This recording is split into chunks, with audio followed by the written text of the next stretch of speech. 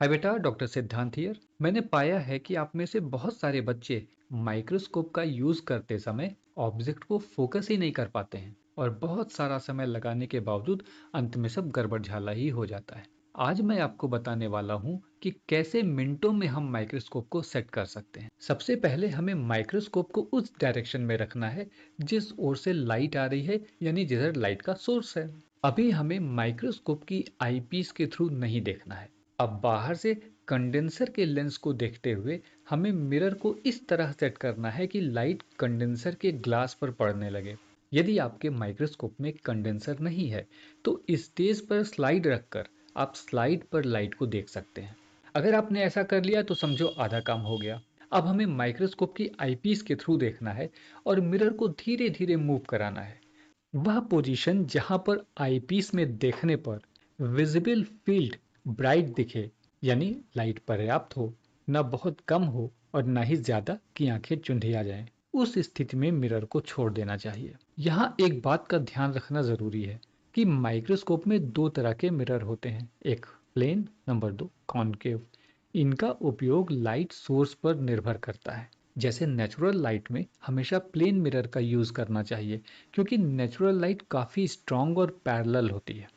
Plane mirror इस light को सीधे रिफ्लेक्ट कर देता है जिससे हमें क्लियर इमेज दिखाई देती है, जबकि आर्टिफिशियल लाइट में कॉनकेव मिरर का यूज करना चाहिए। इसके पीछे का कारण है आर्टिफिशियल लाइट का कंपैरेटिवली वीक तथा डाइवर्जेंट होना। कॉनकेव मिरर आर्टिफिशियल लाइट को कंसंट्रेट करके ज्यादा ब्राइट इल्यूमिनेशन देता है। अब ध्यान रहे, किसी भी स्थिति में हमें माइक्रोस्कोप को अपनी जगह से नहीं हिलाना है।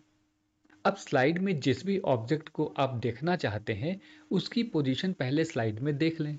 अब उस पॉइंट यानी जहां पर हमारा ऑब्जेक्ट है उसे माइक्रोस्कोप के स्टेज में दिए गए होल के बीचों बीच दिखाए गए तरीके से रखना है। अब कोर्स एडजस्टमेंट को घुमाते हुए ऑब्जेक्टिव लेंस को धीरे धीरे नीचे की ओर लाना है और स्लाइड से सटा देना है। यहाँ एक बात का ध्यान रखना जरूरी है कि ऑब्जेक्टिव लेंस को धीरे धीरे ही नीचे लाना है, वरना स्लाइड टूट सकती है।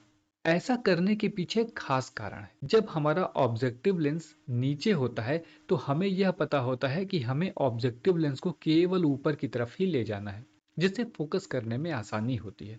वरना आपको पता ही नहीं चलेगा कि ऑब्जेक्टिव लेंस को कितना ऊपर या नीचे करें। और यही वह गलती है जो सबसे ज्यादा समय बर्बाद करती है और तमाम एफर्ट करने के बावजूद आप अपनी स्लाइड को सेट नहीं कर पाते हैं।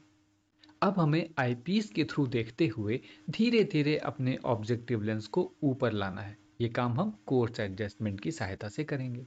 ठीक इसी समय जैसे जैसे हम ऑब्जेक्टिव लेंस को ऊपर लाते जा रहे हैं, अपनी स्लाइड को धीरे धीरे शेक करना है।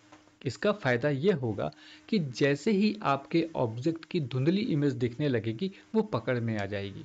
ऐसा इसलिए होगा क्योंकि स्लाइड के साथ साथ हमारा ऑब्जेक्ट भी मूव कर रहा होगा और वही मूवमेंट हमें पकड़नी होती है।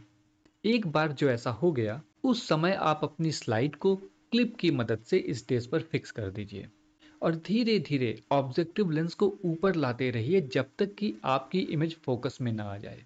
अब आप अपने ऑब्जेक्ट को फोकस करने की कोशिश करिए, जितना मैक्सिमम आप कर सकते हैं। इसके बाद रही सही कसर आप फाइन एडजस्टमेंट से कर लीजिएगा। इस तरह आप पाएंगे कि कुछ ही मिनटों में आपकी स्लाइड फोकस हो गई होगी। उम्मीद है आज के बाद माइक्रोस्कोप को सेट करने में आपको परेशानी नहीं होगी। अगले किसी वीडियो में एक नई टॉपिक के साथ आऊंगा। तब तक के लिए बाय बाय, टेक केयर।